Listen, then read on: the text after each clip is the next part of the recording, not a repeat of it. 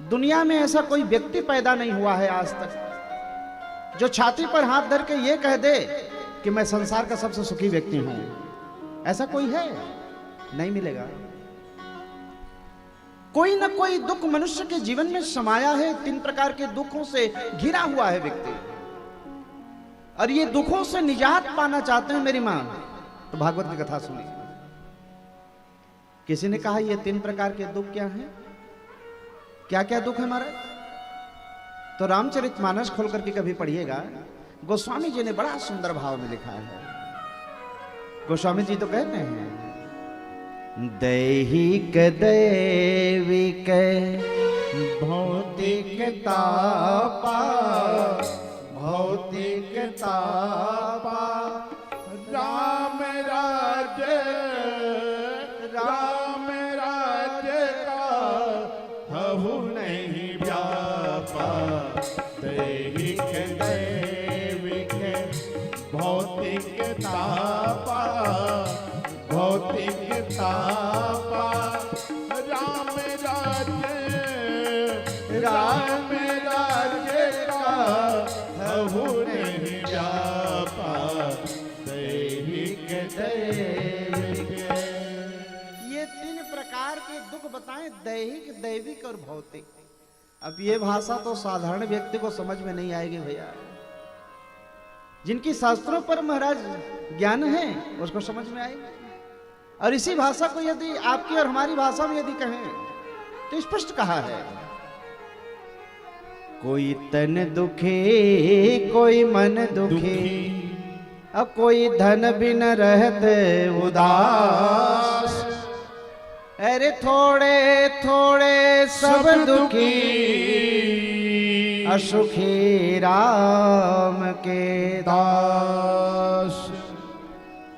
किसी किसी व्यक्ति को ना तन का दुख है, तन का। कोई व्यक्ति एक दिन कथा में ये कथा सुना रहे तो रात्रि को हमारे पास आए, पूछ रहे हैं गुरुजी तन का दुख कैसा होता है, जरा बताइए। हमने कहा प्रैक्टिकल सुनाऊं कि आप बीती सुनाऊं? बोले आप बीती सुना देते, कथा तो रोज सुन रहे हैं महाराज। तो हमने बताया कि भैया जैसे यहाँ अभी रायगढ़ में कथा गाने आए, अब कथा तो अन्यत्र चलती रहती है। एक दिन गए किसी शहर में, आयोजक परिवार के घर में संध्या के समय हमारी मंडली पूरी पहुंची। बड़ी सुंदर उसमें उन्होंने भोजन की व्यवस्था कर रखी थी। आहा, जब भोजन की थाली सज करके आई, मन गदगद हो रहा है। आयोजक जिन्होंने मुझे बुलाया था कथा करने के लिए, बगल में बैठे, हमने कहा भैया आप भी यदि हमारे साथ में, आज पहली दिन है, एक साथ खाते तो हमें भी प्रसन्नता होती। भैया जी ने कहा ठीक है। अब जब उनकी थाली सज करके आई महाराज, तो थाली में एक सूखी रोटी, हमारी आंखें फटी की फटी रह गई। हमने कहा भैया क्षमा करिएगा, हमारे लिए आपने इतनी सुंदर व्यवस्था कर रखी है और आपकी थाली में एक सूखी रोटी, बात समझ में नहीं आ रही है।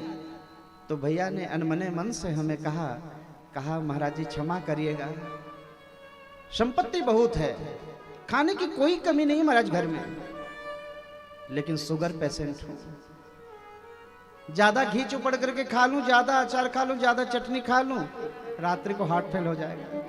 डॉक्टर ने मना किया। ये तन का दुख है, सब प्रकार की संपत्ति भरी हुई है, लेकिन आप उसे भोग नहीं सक रहे हैं। ये तन का दुख है। पैसा है आपके पास में, 7 मंजिल के महल बनवा लीजिए, पैसा है महाराज, बन जाएगी, कोई दिक्कत नहीं है। लेकिन महाराज घुटनों में अब दम नहीं है कि 7 मंजिल पर चढ़ा जाए।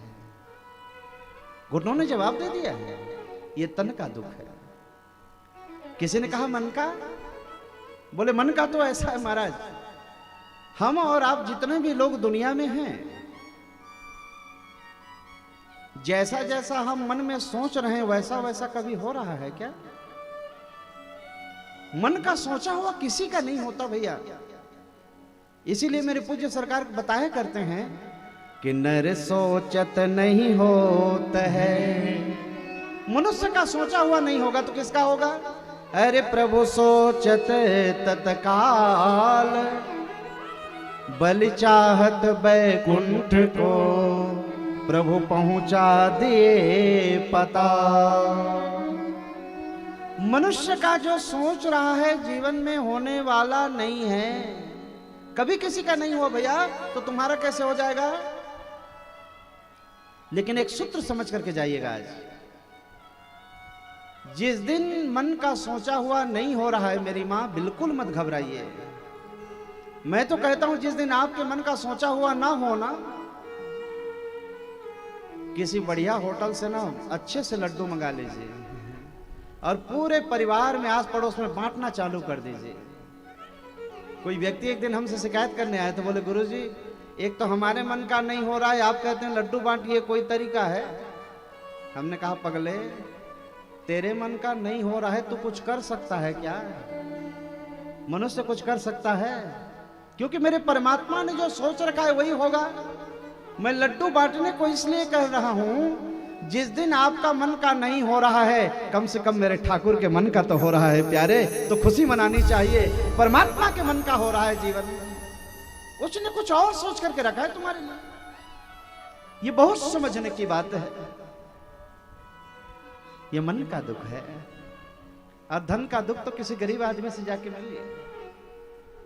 गरीब आदमी के पास बैठ करके पूछेगा तो कहिएगा वो धनवान लोग सुखी है महाराज। कोई धनवान के पास में जाकर के बैठिएगा तो कहेगा वो महाराज लोग बड़े सुखी हैं महाराज, आनंद से कथा गा रहे हैं, इतने सुंदर भोजन मिल रही है, क्या कष्ट है। लेकिन महाराजों के पास में जाकर के पूछेंगे तो यही कहेगा महाराज कि वो इंद्रदेव बड़े सुखी हैं। इंद्र को भी जाकर के पूछेंगे तो कहेगा ब्रह्मा सुखी है, ब्रह्मा से कहेंगे तो विष्णु सुखी है। लेकिन दुनिया में कोई सुखी नहीं है, दुनिया में कोई सुखी नहीं है। नानक दुखिया सब संसारा, सुखिया केवल नाम आधार। इस बात को बड़ी गहराई से समझनी होगी। सुखी वही व्यक्ति है जिसने भगवान का नाम अपने जीवन में प्रवेश कर चुका है, जिसके जीवन में भगवान का नाम आ चुका है, वो सुखी है। देखिए ना, सत्यनारायण बाबा बैठे हैं यहाँ कोसम नारा में, आप तो रोज दर्शन कर रहे हैं। इतनी बारिश हो रही, इतने ओले गिर रहे, इतनी गर्मी पड़ रही, आप हमको एक दिन 24 घंटे के लिए बैठने को कह दिया जाएगा, नहीं हो पाएगा। फिर भी उसके जीवन में सुख है, कोई कष्ट नहीं है। आप और हम एसी के कमरे में डनलप की गद्दों में सुख नहीं मिल रहा है, नींद नहीं आ रही, लेकिन बाबा के जीवन को जाकर झांक के देखिए। और मुझे तो उसको देखने के बाद में ऐसा प्रतीत होता है कि ये सत्यनारायण नहीं, बोले साक्षात भोले बाबा ही सत्यनारायण के रूप में यहाँ पर विराजमान है, कोई और नहीं है। वो कलयुग में ऐसा कौन कर सकता है? वो जाके दर्शन करने के बाद में समझ आती है। जिसके जीवन में भगवान नाम समा चुका है प्यारे प्यारे, वो सुखी है। और आज से मैं आप सभी से निवेदन करूंगा कि भगवान का नाम आपके जीवन में प्रवेश कर जाए। ये कथा का प्रसाद आपको यही मिले। ये कथा का प्रसाद लड्डू नहीं, मिठाई नहीं, भगवान नाम आपके जीवन में समा जाए, ये सबसे बड़ी प्रसाद आपको प्राप्त हो जाए। कथा का तो यही सार है। और यही तापत्रय जो जीवन में है, भगवान के शरण में जाने के बाद में सब समाप्त हो जाती है।